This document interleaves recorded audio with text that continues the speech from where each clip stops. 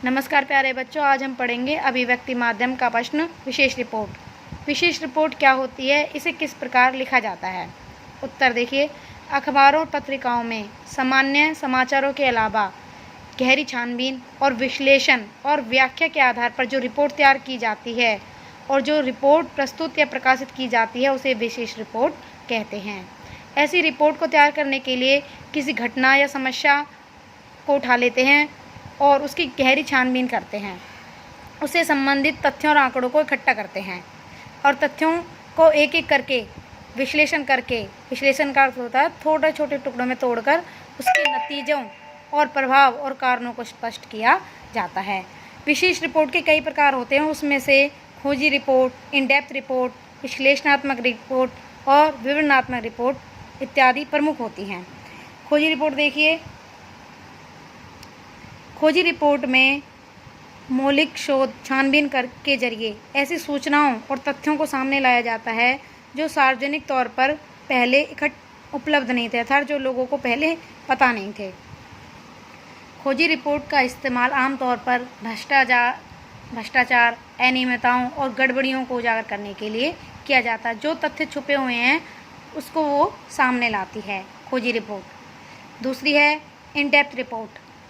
In depth report में सार्वजनिक तौर पर उपलब्ध तथ्यों, सूचना और आंकड़ों की गहरी छानबीन कर उसके आधार पर किसी घटना या समस्या से जुड़े महत्वपूर्ण पहलुओं को सामने लाया जाता है।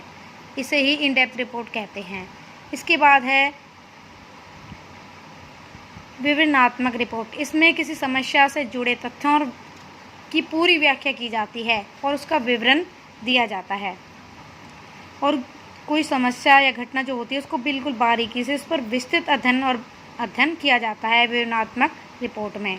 जैसे उदाहरण के तौर पर हम कह सकते हैं आतंकवाद में कौन कहाँ छुपा हुआ आतंकवादी, तो हम उसको जो सामने लाएंगे उस रिपोर्ट को इन डेप्थ रिपोर्ट कहते हैं और उस पर जो विवरण किया जाएगा, उस पर पूरा रूपरेखा जो तैयार की जाएगी वो विवरणात्मक रिपोर्ट में आएगा। अगला प्रश्न देखिए, विचारपरक लेखन क्या है। उत्तर, अखबारों में समाचार और फीचर के अलावा विचारपरक सामग्री का भी प्रयोग किया जाता है। अखबारों में केवल समाचार ही नहीं आते, फीचर ही नहीं आते, उससे अलग भी कुछ लेख आते हैं, उन्हें ही विचारपरक लेख कहा जाता है। जैसे अखबारों में संपादकीय पृष्ठ पर प्रकाशित होने वाले संपादकीय अग्रलेख, लेख और टिप्पणियाँ इसी विचारपरक पत्रकारिता में आते हैं। इसके अलावा विभिन्न विषयों के विशेषज्ञों या वरिष्ठ पत्रकारों के स्तंभ भी विचारपरक लेखन के अंदर आते हैं। जो संपादक या जो वरिष्ठ पत्रकार होता है, जो अपने विषय में विशेषज्ञ होता है, वो जो लेख लिखता है वो भी विचारपरक लेखन की शैली में आते हैं। आगे प्रश्न देखिए, संपादकीय लेखन क्या है। संपादकीय पृष्ठ पर प्रकाशित होने वाले संपादकीय को अखबार की अपनी आवाज़ माना जाता है। संपादकीय लेखन का दायित्व उस अखबार में काम करने वाले संपादक और उसके आमतौर पर अखबारों में सहायक संपादक के तौर पर कार्य करने वाले जो पत्रकार होते हैं उन्हें इसमें रखा जाता है। कोई बाहर का लेखक या पत्रकार संपादकीय लेख नहीं लिख सकता था। जो समाचार में काम करने वाले मुख्य पत्रकार या संपादक होते हैं वो ही केवल संपादकीय लिख सकते हैं। अर्थात अखबार के नाम और अखबार में काम करने वाले जो संपादक के नाम से प्रकाशित होते हैं वही संपादकीय कहे जाते हैं। अगला प्रश्न है, स्तंभ लेखन क्या है। उत्तर, स्तंभ लेखन भी विचारपरक लेखन का एक प्रमुख रूप है। कुछ महत्वपूर्ण लेखक अपनी खास वैचारिक रुझान के लिए जाने जाते हैं। इनकी अपनी एक लेखन शैली भी होती है।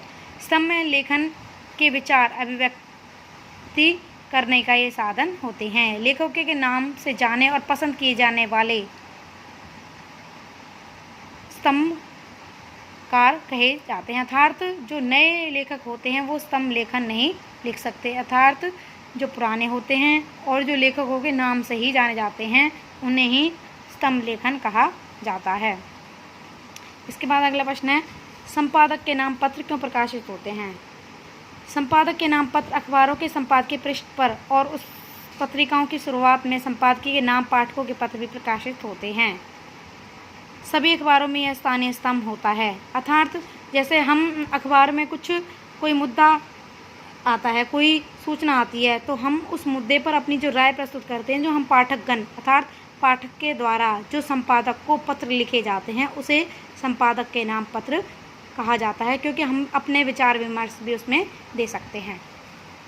अखबार के पाठक न सिर्फ विभिन्न मुद्दों पर अपनी राय व्यक्त करते हैं, बल्कि जन समस्याओं को भी उठाते हैं। इस प्रकार यह स्तंभ जनमत को प्रतिबिंबित करता है, अर्थात जब हम कोई प्रश्न जो हम पाठक हैं कोई प्रश्न उनसे पूछते हैं संपादक से, तो वो संपादक के नाम पत्र के द्वारा ही पूछ सकते हैं। अब ये प्रश्न आपको ये करने हैं, संपादक के नाम पत्र क्या होते हैं, दूसरा है स्तंभ लेखन क्या है, तीसरा विचारपरक लेखन क्या है, चौथा संपादकीय लेखन क्या होते हैं। अब ये सारे प्रश्न उत्तर लिखने हैं और याद करने हैं।